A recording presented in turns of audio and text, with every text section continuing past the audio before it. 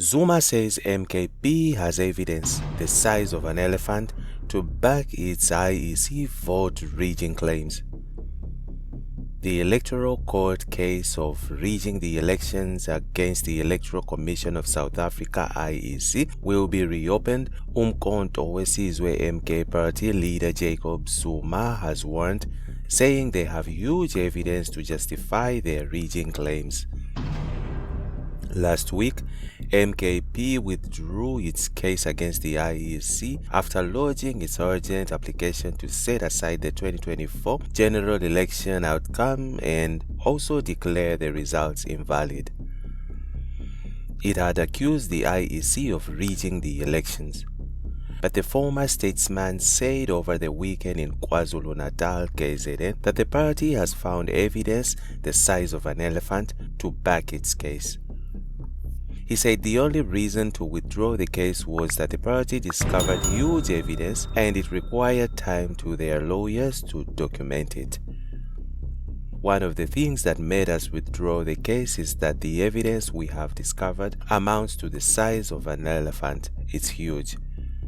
The lawyers needed time to document the evidence, although some people wanted the case to be concluded. I'm adding to what the comrade is saying. The case is coming. There is no place where they have not robbed. We have the evidence now, he said. In some of their claims, the party had alleged that over 9.3 million votes were unaccounted for. Meanwhile, the Democratic Alliance DA has also filed papers with the Electoral Court to oppose the MK party's request to have the 2024 national election result declared invalid. In an affidavit filed by Helen Zille, the head of the DEA's Federal Council, the party stated that it disagreed with the MK party's proposal to annul the most recent elections. The Commission had also asked the court to dismiss MK party's application, stating that it failed to provide adequate evidence to support its claims. IEC challenges MK party's attempt to withdraw election court case.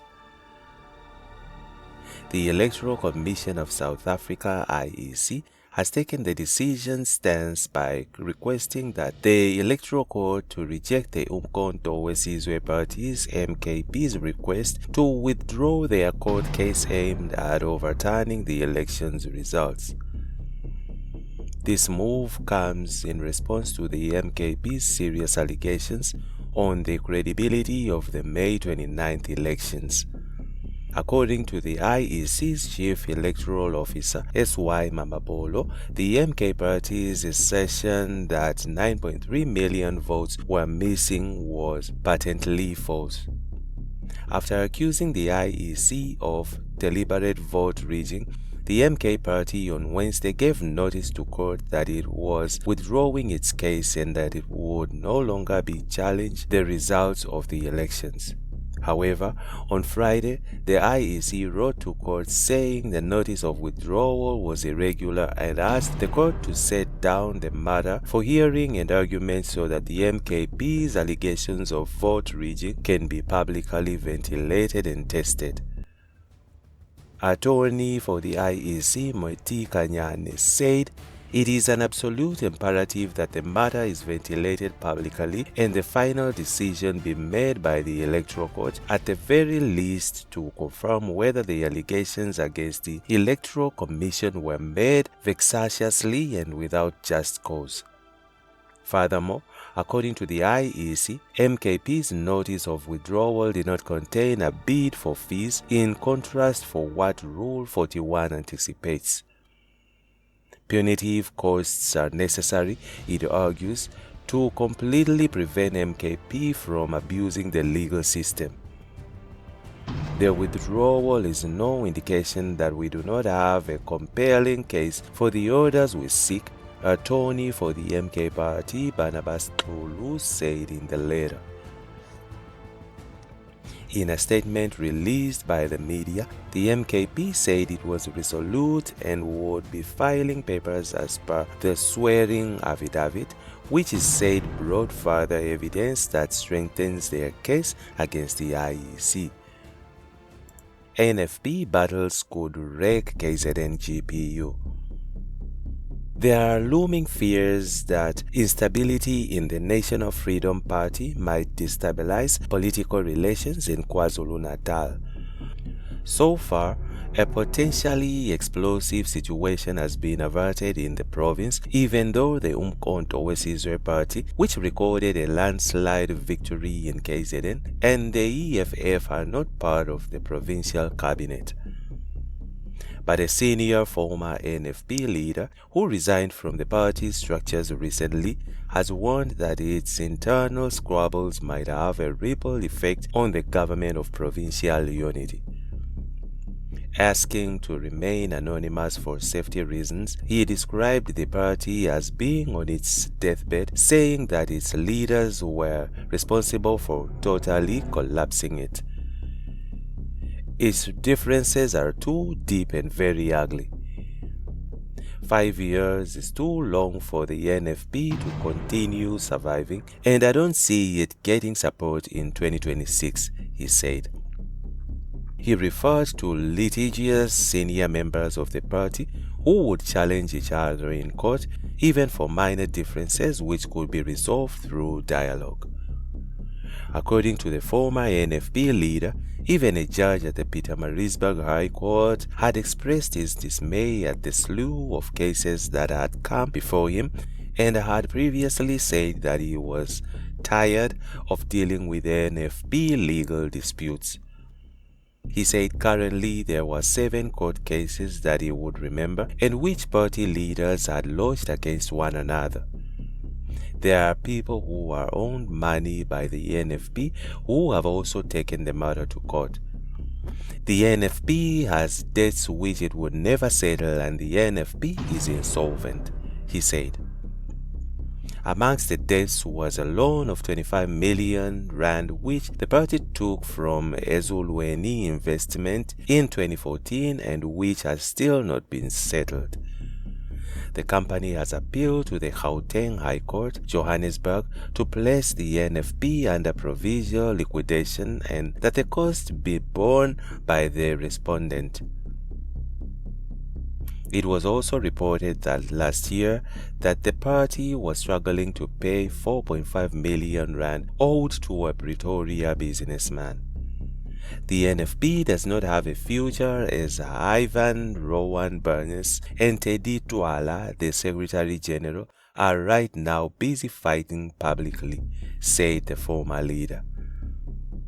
Last week, the Daily News, sister newspaper of the Sunday Tribune, reported that Bernes had suspended Twala from the party. NFP Deputy President Sokela said the party would continue to play its role in the provincial cabinet, although it was currently dealing with problems that had been created by the leadership vacuum for many years. Right now, we plan to grow the party and elect leadership structures, and if the Secretary General is fired, the National Working Committee would elect someone to replace him, said Sokela. He said the NFP was dealing with only 2 court cases at present. The tensions in the NFP comes from KZN Premier Tamin Ntuli, commended the IFP for its maturity in handling the formation of the multi-party government. Ntuli, who is the chairperson of the IFP, said all the partners in the government of provincial unity, the IFP, ANC, DA, and NFP had a common understanding for the need for service delivery. The IFP was leading the talks in KZN and we were honest with the principle of proportionality as being informed by the statement of intent. We said as much as we might have wanted more positions. When you build on the principle, you build something stronger, and our main focus was always on the service delivery, he said. As the Premier, Ntuli decided on the portfolio allocations. There was no discussion around who will be appointed to which portfolio, he said. Currently, the GNU and the GPU do not have legal frameworks to regulate and guard the parties' relationship. While the makeup of the National Cabinet and the KZN Cabinet has been settled, weeks of squabbling between parties in Gauteng have ended with the DA's decision not to form a part of the executive in that province's GPU. Solé Msimanga, the DA leader in Gauteng, said the offer made to the party was unfair and unreasonable. He said there would not be functionaries who rubber-stamped decisions. Negotiations are meant to be principle-based as per the statement of intent that both the ANC and the DA signed on a national level.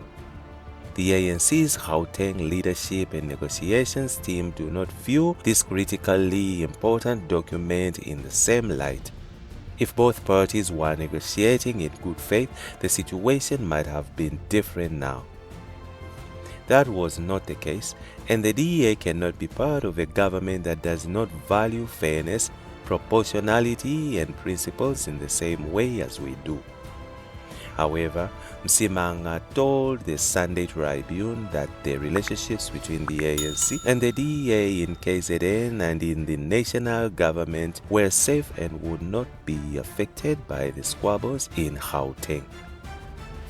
What happened in Gauteng should not impact KZN and national because the attitude of the provincial guys in Gauteng versus the provincial guys in KZN and at the national level is very different, he said. At the center of the lengthy and hostile bilateral discussions between the DA and ANC in Gauteng was the allocation of seats in the cabinet. And that's it from INJIBS Network. Stay tuned to our celebrity and gossip news.